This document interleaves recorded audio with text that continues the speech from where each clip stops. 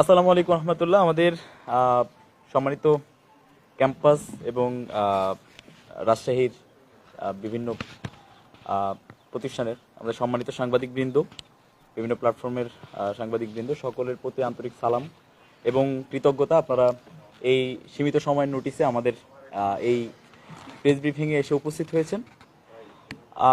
আপনারা জানেন যে গতকাল আমাদের একটি অনাকাঙ্ক্ষিত ঘটনা রাজশাহী বিশ্ববিদ্যালয়ে ঘটে গিয়েছে। এই ব্যাপারে রাকসুর একটি জায়গা, রাকসুর যে একটা বিবৃতি, এটা অবশ্যই অফিসিয়ালি আসা দরকার, আমরা প্রয়োজন মনে করেছি।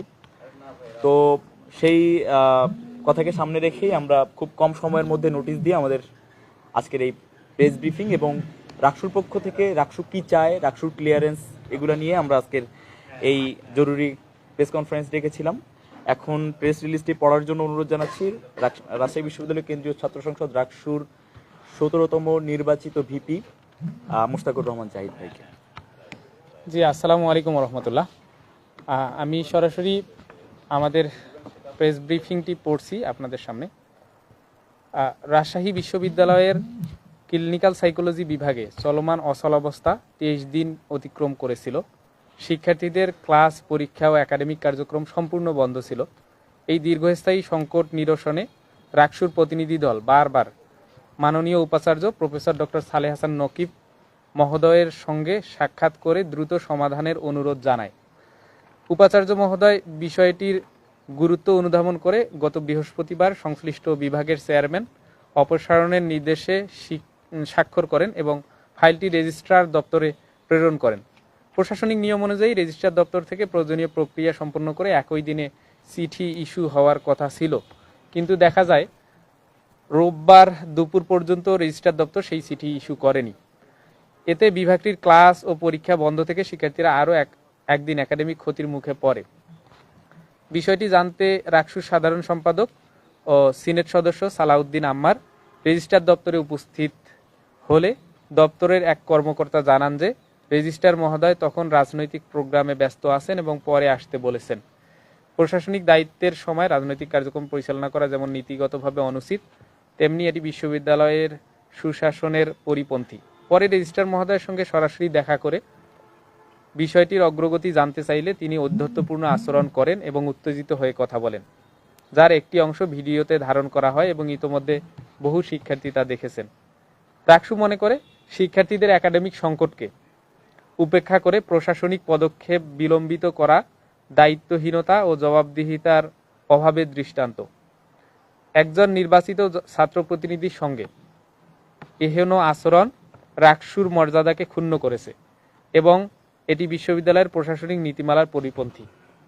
উক্ত সার্বিক ব্যাপারগুলো পর্যালোচনা করে আমরা রাকসুর ছাত্র প্রতিনিধিগণ সবাই মিলে ঐক্যমত্য হয়ে রাকসু প্রশাসনের প্রতি, রাকসু পক্ষ থেকে বিশ্ববিদ্যালয় প্রশাসনের প্রতি একটাই দাবি জানাতে চাই। এই দাবির প্রতি আমরা অটল থাকব। আমাদের দাবি হচ্ছে ভারপ্রাপ্ত রেজিস্ট্রার ইফতেখার আলম মাসুদ স্যারের অশোভন আচরণের তদন্ত করে তাকে 24 ঘন্টার মধ্যে অপসারণের ব্যবস্থা নিতে হবে। এটাই আমাদের দাবি।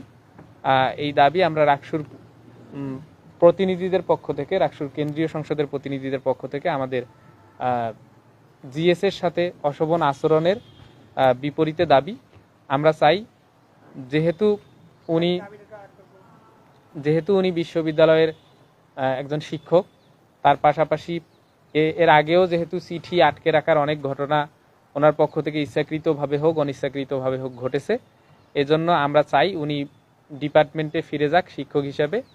এখানে রেজিস্ট্রার হিসাবে যে অফিসারদের কাজ করার কথা, অফিসারদের পক্ষ থেকে রেজিস্ট্রার থাকুক, তাহলে বিশ্ববিদ্যালয়ের এই অচলাবস্থাগুলো দূরীভূত হবে। আমি দাবিটি আবার জানাচ্ছি, ভারপ্রাপ্ত রেজিস্ট্রার মহোদয় ইফতেখারুল আলম মাসুদ স্যারের এই অশোভন আচরণের তদন্ত করে তাকে 24 ঘন্টার মধ্যে অপসারণের ব্যবস্থা নিতে হবে। জি, আমি প্রেস ব্রিফিংটি এখানেই শেষ করছি।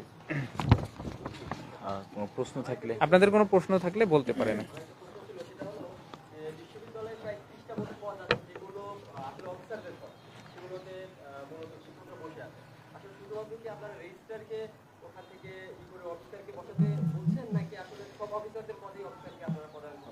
যেহেতু ঘটনাটা রেজিস্ট্রার সংশ্লিষ্ট, এজন্য আমরা মনে করি যে রেজিস্ট্রারের সাথে ব্যক্তিগতভাবেই যেহেতু এটা ঘটেছে রেজিস্ট্রার স্যারের সাথে, এজন্য রেজিস্ট্রার স্যারের ওখান থেকে অপসারণের দাবি জানাচ্ছি।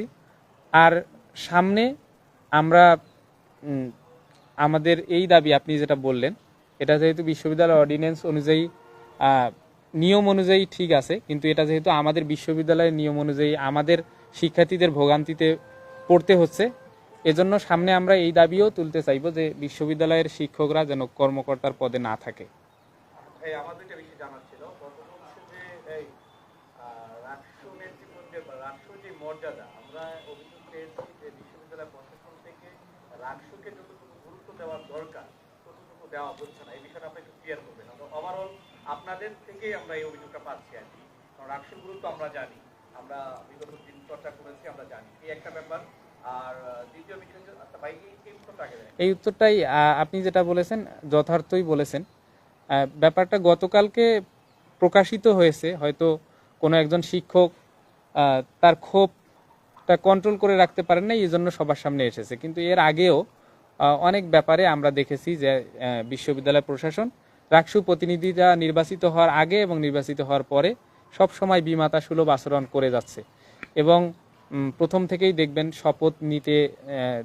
শপথ অনুষ্ঠান করতে দেরি হওয়া, প্রথম কার্যদিবস ঘোষণা দিতে দেরি হওয়া, সার্বিক ব্যাপারগুলোতে অন্যান্য ক্যাম্পাসের থেকে রাজশাহী বিশ্ববিদ্যালয়ে রাকসু প্রতিনিধিদের সাথে একটু বিমাতা সুলভ আচরণ প্রথম থেকেই করা হচ্ছে। এবং তারা কি কি কারণে সেগুলো করছে তার মধ্যে আমরা দেখতে পেয়েছি যে তাদের অনেক ব্যাপার সবার সামনে চলে আসতেছে। তারপর রাকসু ফান্ডের এতদিনের যে ৩৫ বছরের ধরে জমানো শিক্ষার্থীদের টাকা, সেই টাকার তারা হিসাব দিতে পারবে না বলে আশঙ্কা করছিল, এজন্য আমাদের সামনে এসব আচরণ করতেছে বলে আমরা মনে করতেছি।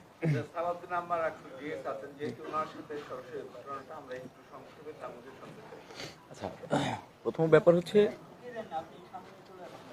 আচ্ছা আমাদের কালকের ঘটনাটা আসলে দুপুর 2টায় হওয়া। তো আমার কাছে মনে হয়েছে যে ক্লিনিক্যাল সাইকোলজির চিঠিটা ইস্যু হওয়ার আগে নতুন ইস্যু এই ক্যাম্পাসে তৈরি না হোক, কারণ 23 দিন অলরেডি ক্যাম্পাসের একটা অস্থিতিশীল একটা তাদের ডিপার্টমেন্টে 23 দিন ক্লাস পরীক্ষা না হওয়া মানে আবার প্রত্যেকটা শিডিউল আবার রিশিডিউল করা, তাদের 3-4 মাস ক্লাস পিছিয়ে যাওয়া।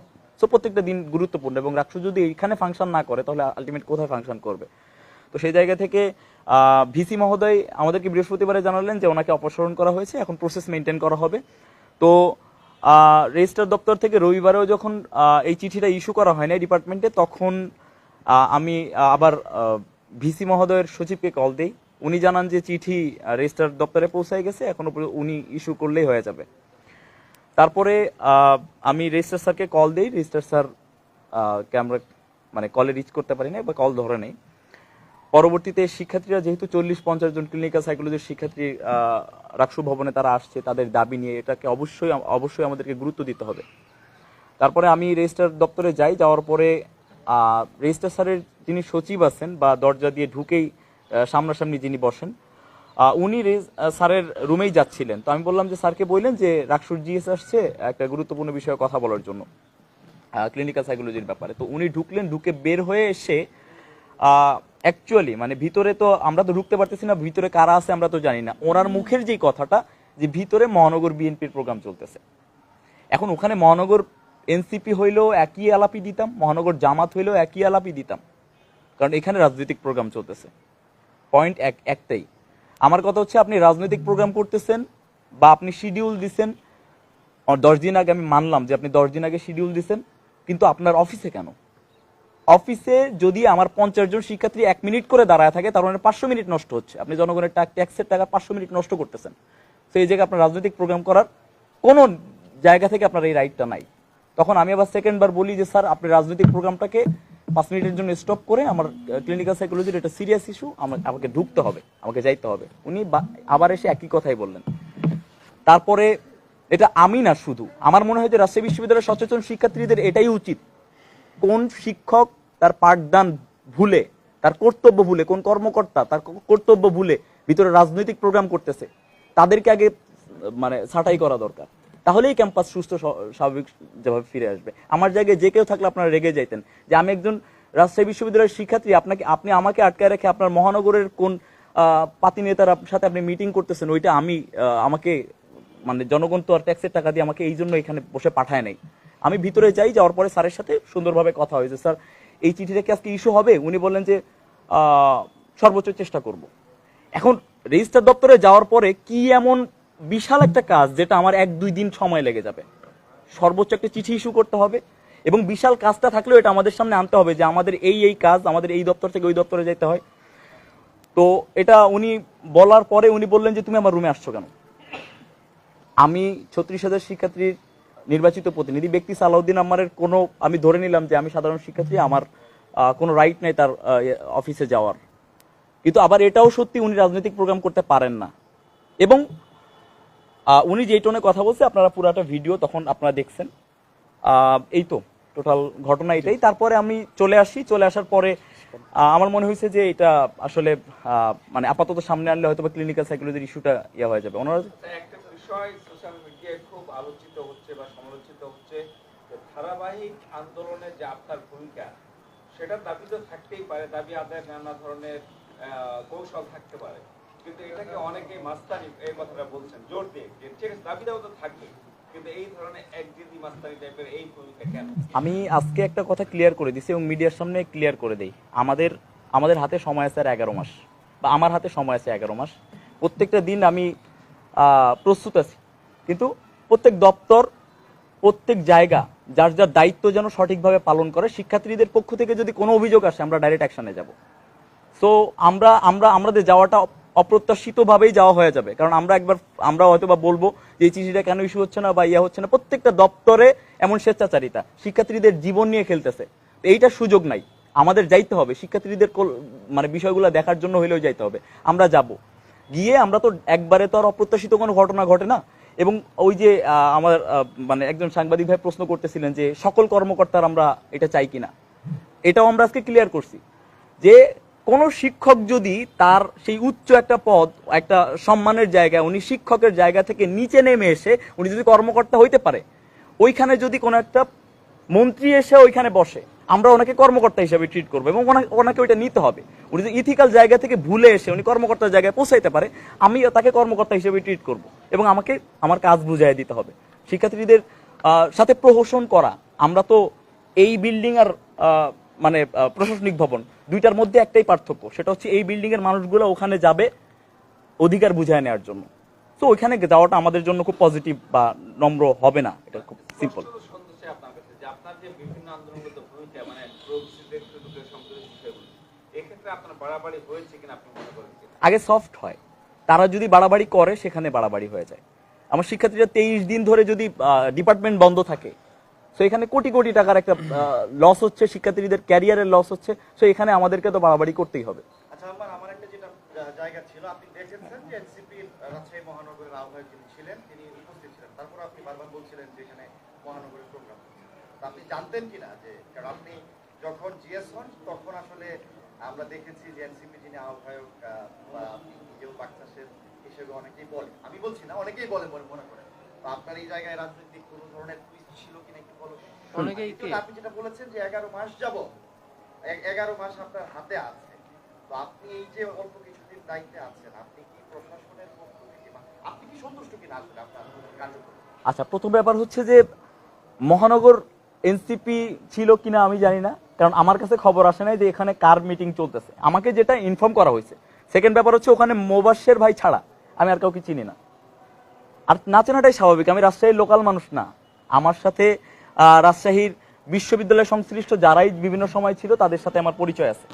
সো ওইখানে যেহেতু বিএনপি মেনশন করা হয়েছে, ওখানের মানুষগুলা যেহেতু আমার কাছে পরিচিত না, সচিব যদি এই কথা বলে যে বিএনপির প্রোগ্রাম চলতেছে, আমার খুব স্বাভাবিক একটা ব্যাপার যে আমি এটাকে বিএনপির প্রোগ্রাম হিসেবে ধরে নিব। কারণ আগের দিন যেহেতু স্যার বলছে 10 দিন আগে শিডিউল করা, তো 10 দিন আগে কি সচিব শিডিউল করে নাই যেটা এনসিপি আসছে না বিএনপি আসছে? উনি যেহেতু বিএনপির কথাটা এস্টাবলিশ করছে, তো আমাদের তো দেখতে হবে যে হ্যাঁ এখানে বিএনপি আসছে, ওখানে এক মুবাশ্বের ভাইকে দিয়ে আমি কি বিচার করবো যে ওখানে এনসিপি আসছে? কারণ আমি এনসিপির আর কাউকে চিনি না, এটাই। আর প্রশাসন তার জায়গা থেকে যে চরম অসহযোগিতা করতেছে এটা তো খুব ক্লিয়ার। ডেফিনেটলি 1% রাষ্ট্র বডি আছেন, আপনারা কি কতটুকু সন্তুষ্ট? এখনো পর্যন্ত শিক্ষার্থীরা যেটা বলছে যে আপনাদের কোনো কার্যক্রম বা দৃশ্যমান কোনো কার্যক্রম এখনো পর্যন্ত তারা আসলে অ্যাসিউম করে না, তারা আসলে দেখেন দৃশ্যমান কার্যক্রম বলতে আপনারা অনেক সময় বলেন যে ভিপি কোথায়। এখন ভিপির ব্যাপারটা হচ্ছে যে উনি আমাদের কঠিন যেই সমস্যাগুলো আছে, যেমন আবাসন, চিকিৎসা এবং খাদ্য, এই 3টা বিষয়ে ভাই গুরুত্ব দিয়ে বারবার বিভিন্ন ট্রাস্টি প্রতিষ্ঠান বা বিভিন্ন জায়গায় উনি এই ব্যাপারগুলো উনি কথা বলতেছে, আর ক্যাম্পাস কেন্দ্রিক আমি কাজ করতেছি। তো এই ব্যাপারটা হচ্ছে পুরোটাই এমন যে আমরা কাজ করতেছি না এমন না, আমরা গুরুত্ব দিচ্ছি দীর্ঘদিনের সমস্যাগুলো নিয়ে। আর আমরা কাজ কাজ করার ক্ষেত্রে কাজ করার ক্ষেত্রে আমরা, ওটা ভাই বলবে, আজকে একটা কাজ হয়েছে, আমরাও বিভিন্ন ধরনের কাজ চলতেছে। তো কাজ করার ক্ষেত্রে যে সমস্যাটা হচ্ছে যে আমরা এখনো পর্যন্ত ফান্ড আমাদের কাছে আসে নাই, বা আমাদেরকে বুঝায়, ভাই আমি একটু শেষ করি, আমাদেরকে এখনো বুঝায় দেওয়া হয় নাই, এবং আমাদেরকে বলা হয়েছে বার্ষিক কর্ম পরিকল্পনা না দেওয়া পর্যন্ত আমাদেরকে এখনো পর্যন্ত তারা একটা টাকাও দিবে না। তো এখন পর্যন্ত যেটাই চলতেছে নিজেদের পকেটের টাকা, জিনিসগুলা যেগুলো প্রয়োজনীয়, এই যে আজকের যেই আপনার এই যে প্রেসের যেই ফটোকপি, এটাও নিজের পকেট থেকে করা লাগছে, করে ভাউচার রেডি করে রাখা হয়েছে, এক গাদা ভাউচার রেডি করা হয়েছে, যেটা বাৎসরিক কর্ম পরিকল্পনা দেওয়ার পরে তারা টাকা দিবেন, তারপরে আমাদের এই টাকাগুলো তাদের থেকে নিতে হবে। জি আমরা আজকে একটা পোস্ট দেখলাম আর কি, রেজিস্ট্রারকে নিয়ে, যেখানে বলা হচ্ছে যে আপনি মনে হয় রেজিস্ট্রারকে 7 দিন আগে নক দিয়েছেন সৌজন্য সাক্ষাতের জন্য, কিন্তু সে আপনার সেই নক এখনো মানে দেখায়নি, সিনই করে না। এই বিষয়টা কি আসলে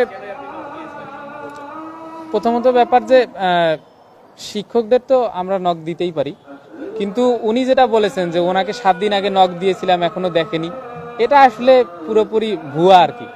আমি মেসেজ চেক করেও দেখলাম যে আসলে নক দিয়েছি কিনা, ভুলে গেছি কিনা, তো দেখলাম যে আমি কোনো প্রকার ওনাকে নক দেইনি।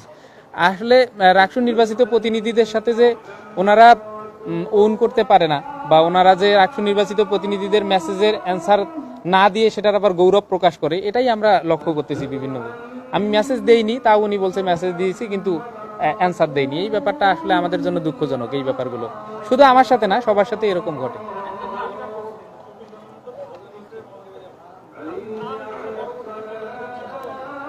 আচ্ছা, পরবর্তী পদক্ষেপ আমরা আপনাদেরকে জানিয়ে দেব। আমরা এই ব্যাপারটা নিয়ে যেহেতু শুরু করলাম আমাদের কার্যক্রম, আমরা এটা শেষ করব ইনশাআল্লাহ। ভিসি মহোদয় যেহেতু রাজশাহী বিশ্ববিদ্যালয়ে নাই, আমরা আপনাদের সাথে সংবাদ সম্মেলন শেষে আমরা নামাজ পড়েই প্রভিসি দপ্তরে যাব এই ব্যাপারটা নিয়ে। হ্যাঁ, অপসারণই চাই আমরা, অপসারণ সরাসরি। জি, ঠিক আছে। ওকে, থ্যাংক ইউ ভাইয়া।